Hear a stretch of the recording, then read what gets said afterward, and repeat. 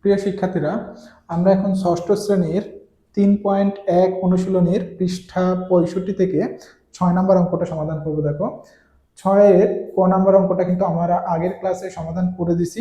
তোমরা যারা দেখোনি তোমরা ভিডিওটা দেখে নেবে, তাহলে কিন্তু এই অঙ্কগুলো পরবর্তীগুলো বুঝতে তোমাদের অনেক সুবিধা হবে। আচ্ছা, আমরা এখন খ নাম্বারটা সমাধান করব। খ নাম্বারে আমাদের দিছে -4 এবং 4। আমরা জানি 6 নাম্বার অঙ্কে আমাদের যেটা করা লাগবে সেটা হচ্ছে যে দুইটা সংখ্যা দেওয়া আছে, এই সংখ্যা দুইটার মধ্যবর্তী যে সংখ্যাগুলো আছে পূর্ণ সংখ্যা, সেগুলো মানের ঊর্ধ্বক্রম অনুসারে সাজাইতে হবে। অর্থাৎ -4 এবং +4, শুধু 4 দেওয়া আছে, এর মানে কিন্তু ওটা +4। তাহলে -4 এবং +4 এর মধ্যবর্তী যেই পূর্ণ সংখ্যাগুলো দেওয়া আছে সেগুলোকে ঊর্ধ্বক্রম অনুসারে সাজাতে হবে। এখন -4 থেকে 4 এর মধ্যে কতগুলো পূর্ণ সংখ্যা দেওয়া আছে এটা কিন্তু আমরা সংখ্যা রেখার মাধ্যমে খুব সহজে বের করতে পারবো। দেখো, আমি প্রশ্নটা তুলে নিচ্ছি। -4 এবং 4, তাহলে এখানে আমি একটা সংখ্যা রেখা তুলে নিলাম। সংখ্যা রেখাটা আমরা 0 দিব, 0 দিয়ে ডানে ধনাত্মক সংখ্যা এবং বামে ঋণাত্মক সংখ্যা লিখবো। এইটা লেখার আগে আমরা কিন্তু একটু ফলো করবো যে এখানে আমাদের মানটা কত দূর পর্যন্ত দেওয়া আছে। দেখো, -4 দেওয়া আছে, অর্থাৎ 0 এমন জায়গাতে নিব যেখান থেকে -4 ঘর অন্তত বাম দিকে নেওয়া যায়, এবং +4 আছে, +4 অর্থাৎ ডান দিকে যাতে +4 ঘর নেওয়া যায়, এইভাবে আমরা 0-র অবস্থানটা নিব। তাহলে আমরা এখানে মাঝখানে 0 নিলাম, 1 2 3 4 5, 5টা ঘর দিলাম, 1 2 3 4 5। অবশ্যই ন্যূনতম 4টা কিন্তু হয় লাগবে, এদিকে -4টা হওয়া লাগবে, 1 2 3 4 5 6। তাহলে এখানে লিখলাম -1 -2 -3 -4 -5 -6। এখন প্রথমে আছে -4, তাহলে আমরা 0 থেকে -4 এর ঘরে আগে একটা বিন্দু দিয়ে নিব। -4 এর ঘরে বিন্দু দিয়ে এটা একদম নিয়ে যাব 0 পর্যন্ত। এখন 0 পর্যন্ত নিয়ে যাওয়ার পরে -4 আমাদের দেখানো হয়ে গেছে, কিন্তু এইবার +4 আমাদের দেখাতে হবে। -4 আমরা কিন্তু প্রত্যেকটা ঘর 0 থেকে দেখাবো। তাহলে -4 এবং আমাদের +4 আছে। আবার এখান থেকে আমরা যদি আবার এখান থেকে +4 এর ঘরে আমরা আগে একটা বিন্দু দিয়ে নিব, এই বিন্দু পর্যন্ত আমরা 0 থেকে মিলাবো। এখন আমরা দেখব যে এই যে -4 এবং +4 এর মধ্যে আমাদের কতগুলো পূর্ণ সংখ্যা আসলো।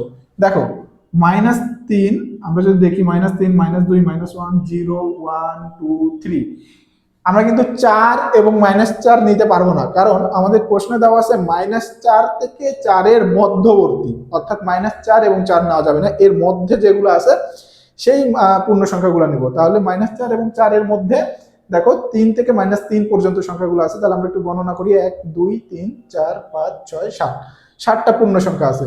এখন এই পূর্ণ সংখ্যাগুলো আমাদের ঊর্ধ্বক্রম অনুসারে সাজাতে হবে। তাহলে আগে আমরা বলবো যে -4 থেকে 4 এর মধ্যে যে সংখ্যাগুলো আমরা পাইছি সেগুলোর কথা। তাহলে -4 থেকে 4 এর মধ্যবর্তী পূর্ণ সংখ্যাগুলো,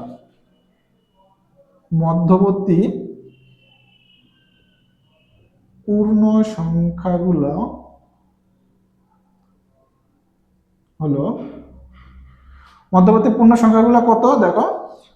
তাহলে আমরা লিখবো -3 -2 -1 0 1 2 3। এখন এগুলোকে ঊর্ধ্বক্রম অনুসারে আমরা সাজাবো, মানের ঊর্ধ্বক্রম অনুসারে সাজিয়ে সংখ্যাগুলো লিখবো। মানের ঊর্ধ্বক্রম অনুসারে সংখ্যাগুলোকে